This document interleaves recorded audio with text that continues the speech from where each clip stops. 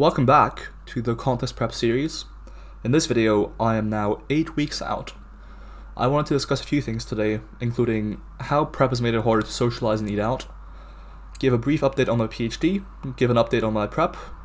Next, I wanted to discuss my plans to use nicotine gum during the last part of prep. And finally, I wanted to discuss my plans for the final mesocycle of prep. So, first up, how prep has made it hard to socialize and eat out. When you listen to bodybuilders talk about contest prep, one thing you'll often hear is how contest prep makes it harder to eat out.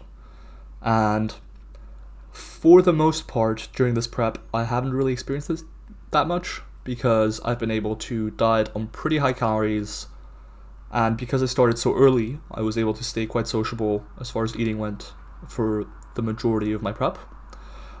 In fact, for most of my prep, I want to say the first 10 to 15 weeks of cutting total, I was on an average of around 34 or 3,500 calories per day, and I was still losing around a kilogram a week. And obviously, when you're dieting on calories that high, eating out really isn't that much of a concern. You can just have a comfortable meal out once a day perhaps, and still be within your calories. But now that hunger has become more of an issue, and calories have dropped, so for reference, I am now down to around 2,700 calories on average per day. And so now that calories have dropped and my hunger has increased, it's become much more difficult to eat out and still be satiated. So now that I'm around 7 or 8 weeks out, I'm at a point where if I want to eat out and have a reasonable meal, I am going to have to make the decision between going over my calories and thus risk slower progress on my prep and not being ready on time, or going hungry a fair amount and risking adherence that way. And so the frequency of my sociable eating, so stuff like going out for meals with friends and so forth, that has slowed down quite a bit. And I think for now, eating out once a week, maybe twice a week, seems to be about as much as I should try and do. And that sort of goes back to what a lot of bodybuilders talk about, where contest prep can make your relationships with others suffer a little bit, because contest prep is restricting. You don't get to eat all the food you want. You need to train pretty consistently. Oftentimes people do cardio and or steps to increase their energy expenditure. And overall, the whole of contest prep is pretty time consuming and places a lot of restrictions on what you can do. Like your sleep needs to be pretty good. You can't really afford to be very stressed out. You have to be relaxing most of the time. And so overall, contest prep, if you want to do well, does place a lot of restrictions on what you can do. And so for me now, prep has made it harder to socialize and eat out than ever before. I'm still making efforts, and I think you can find a balance between, say, prep and still having some degree of social life. But I think the deeper you get into prep and the closer you get to show day, the more of a backseat that's going to have to take. But it needs to be done with the awareness that early on in prep, you can still be quite sociable. And B, once prep is over and you've competed and your competitive season is over, I think it would be a good idea for you to spend more time with your friends, loved ones, etc., on purpose to sort of make up for that lost time. But overall, I think prep can definitely make relationships a bit more difficult. Anyways, that's about it as far as how prep has made it hard to socialize and eat out for me. One strategy I found useful is to have certain days where I only eat the most satiating and protein-heavy options of my diet. So I only have the protein and the vegetables mostly. And then I can afford to have maybe around 1,000 calories left over for a meal out, and that can help. But otherwise, careful planning and stuff like that has been critical in allowing me to still be sociable. Next up, I wanted to briefly give an update on my PhD, and that's how that's going. I don't really talk about my PhD all that much publicly, for a few reasons. One of them was, for this first year, I've now been doing my PhD for a year, of my PhD, I haven't been able to get much work done. And that's mostly on account of coronavirus. So in the UK, coronavirus at my university has meant there has been basically no way for me to do any experimentation. So there's been no way for me to get people into the labs and have them do, say for example, a partial range of motion intervention versus a full range of motion intervention and see how that impacts muscle growth across a program. And overall, that's just meant that progress on my PhD itself has been fairly slow, which is why I haven't talked about it that much.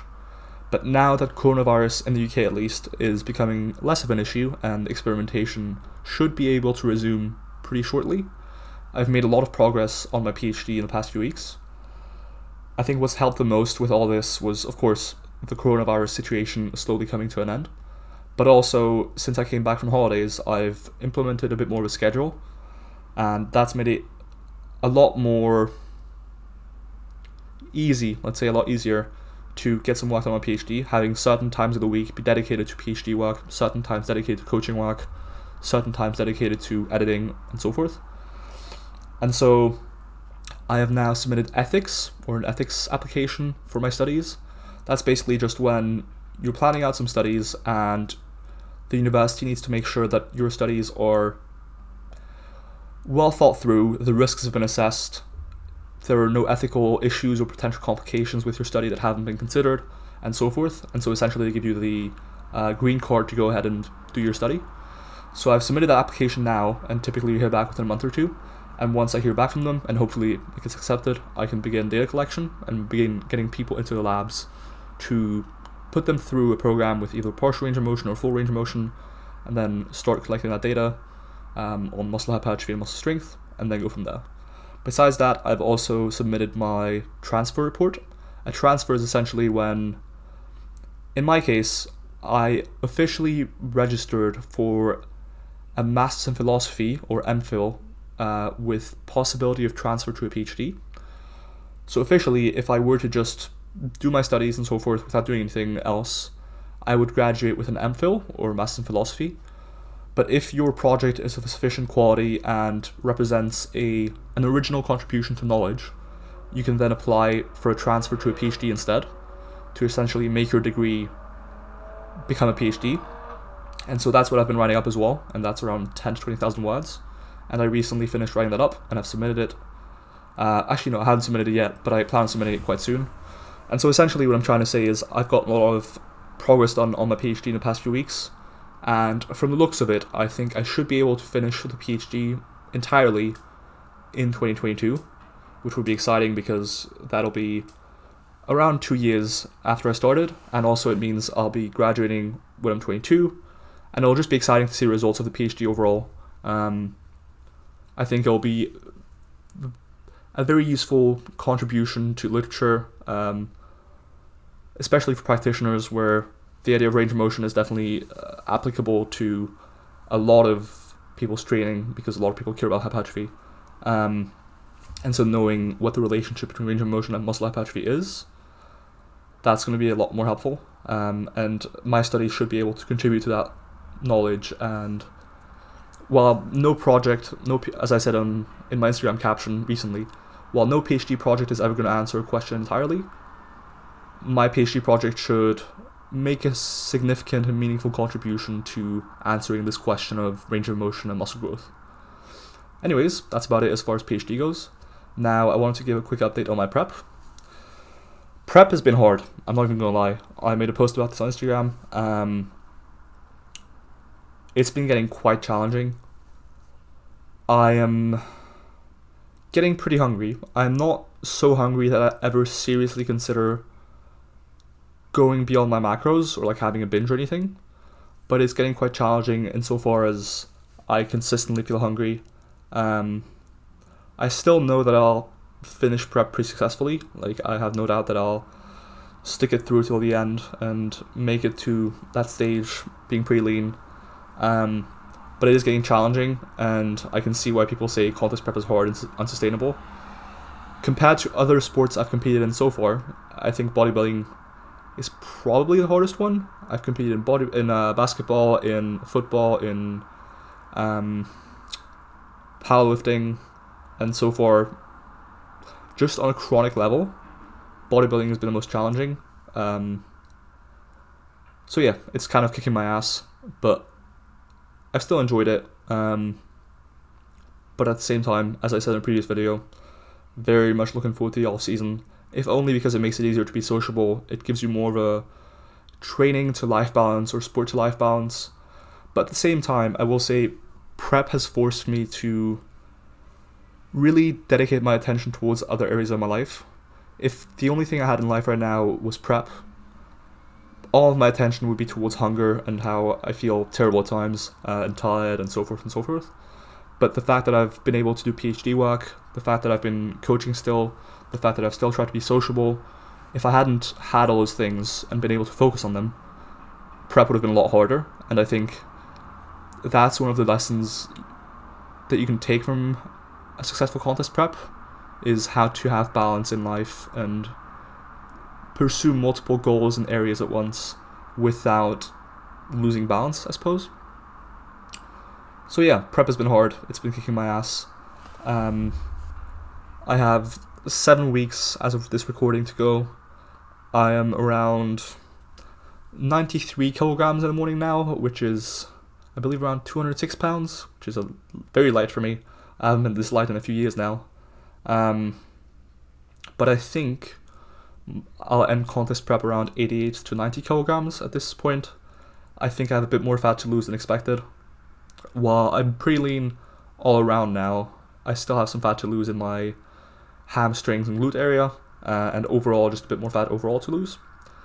So it'll be a while longer, but I think I can make it, and I'm looking forward to that post-show food and training and getting back to a more normal life as well. Hopefully being able to continue applying some of the lessons and habits I've learned throughout this prep with PhD work, with being consistent, with paying attention to details, but at the same time with a renewed appreciation for what it's like to be in the off-season, to have more of a balanced lifestyle and that sort of thing. Anyways, that about wraps up the prep update. Though on a similar note, I wanted to discuss my plans to use nicotine gum during the last part of prep. This is something I've recently considered because a friend of mine, Ben, messaged me about it. I checked back on some old Stronger by Science podcasts where Greg Knuckles spoke about it and Eric Tressler as well, and looked into it a little bit, and from what I understand, it can be effective in suppressing appetite in the short term, but then as soon as you discontinue usage, it then causes a rebound in appetite past previous levels. And while this means that for long-term weight loss, it's probably not very good, because you don't really want a drug that has potentially negative health effects, and that causes a rebound in appetite after discontinuation.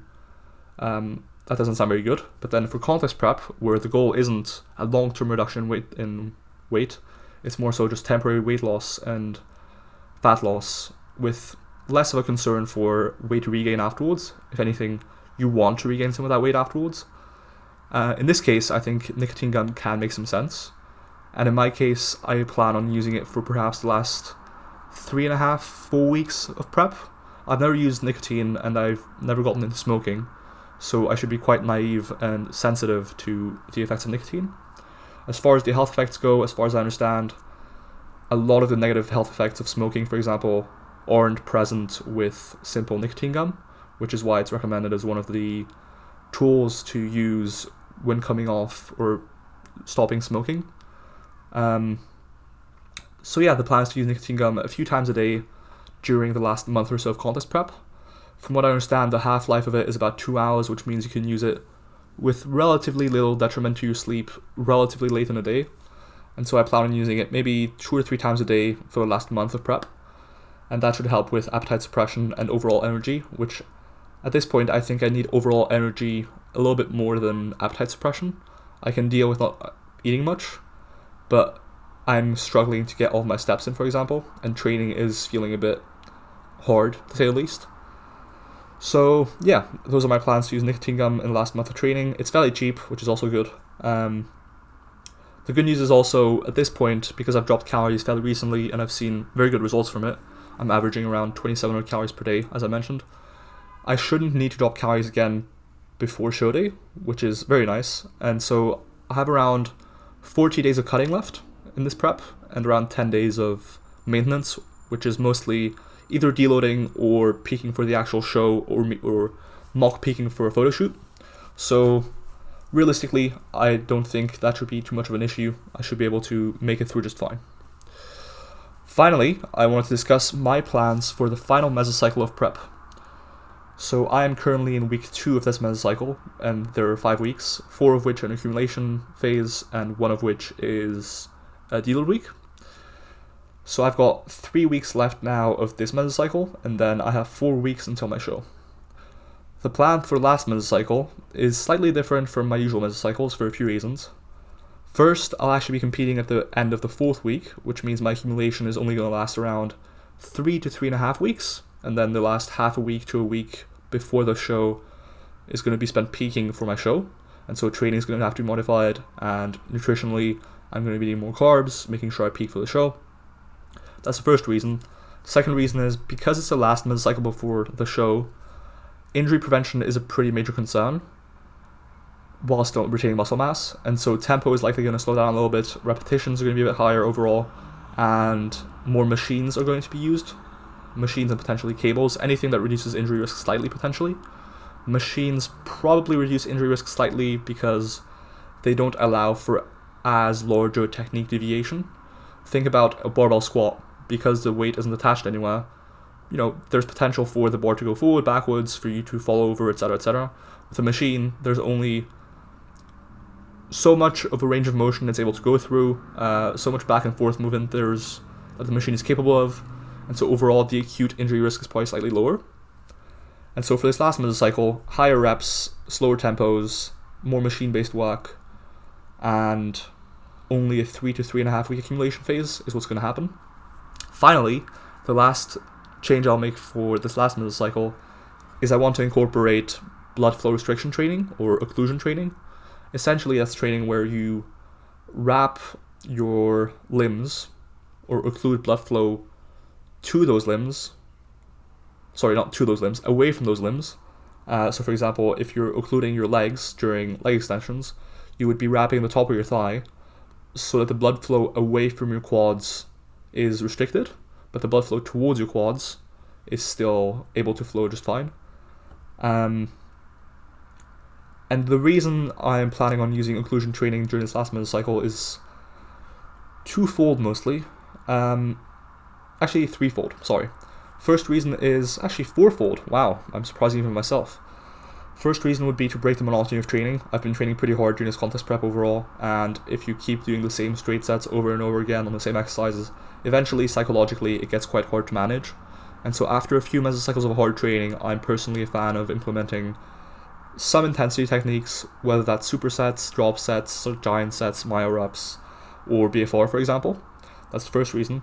The second reason is BFR allows you to use pretty light loads and still get a good hypertrophy stimulus. And so, as I said before, lighter weights / higher reps might be a bit better for injury prevention, and so that's one more reason to use it in this last mesocycle where injury is a bit more likely when you have lower calories and or are leaner. Then the third reason is, man, if I'm this lean, I may as well make use of it for some cool videos and some cool pictures by doing BFR. When you do BFR, you get a pretty nice pump, and I don't do BFR often because it's quite painful, and let's be honest, in my off-season, I wasn't that lean, and so even when I did BFR, it just didn't do that much, visually at least. And so now that I'm as lean as I'll ever be, I really want to do it and see what it actually looks like with good lighting and like some nice curls, what have you. It's more of a vanity thing, or like a social media thing as well, where getting some nice pictures doesn't hurt. And then finally, I think that was all 4 reasons. I said 3 reasons, but I think I mentioned all 4 in the process of saying those 3 reasons. But yeah, so I'm implementing BFR, I'm using lighter weights, doing higher rep ranges, and overall, I'm looking forward to this last mesocycle of training. I think I roughly timed my prep properly. Initially, I thought I might be starting too early, but as it turns out, I think I started roughly on time. Will I have the best conditioning I could possibly get? Probably not, but for a first-time competitor, I think my conditioning will be quite appropriate, and I'm very curious to see how I'll perform at the show. because I have no real idea what to expect. On one hand, it's a natural bodybuilding show. Natural bodybuilding isn't that popular of a sport, if you can call it a sport. And it's a WNBF show, and the WNBF isn't that popular in the UK yet, I think. But then, on the other hand, it is nationals, essentially. It's a national level show. Because there were no qualifying shows this year for WNBF in the UK because of COVID, it is literally nationals in the UK. So part of me thinks competition is going to be quite challenging. Furthermore, I'm competing in the open class, and so, for a first timer competing in the open class in a show that's essentially nationals, I can't help but wonder what to expect. And so I'm excited but also a bit nervous to see how it's going to unfold. Anyways, that wraps up this video. If you enjoyed the video, please comment, like, subscribe, and I'll see you again in the next one.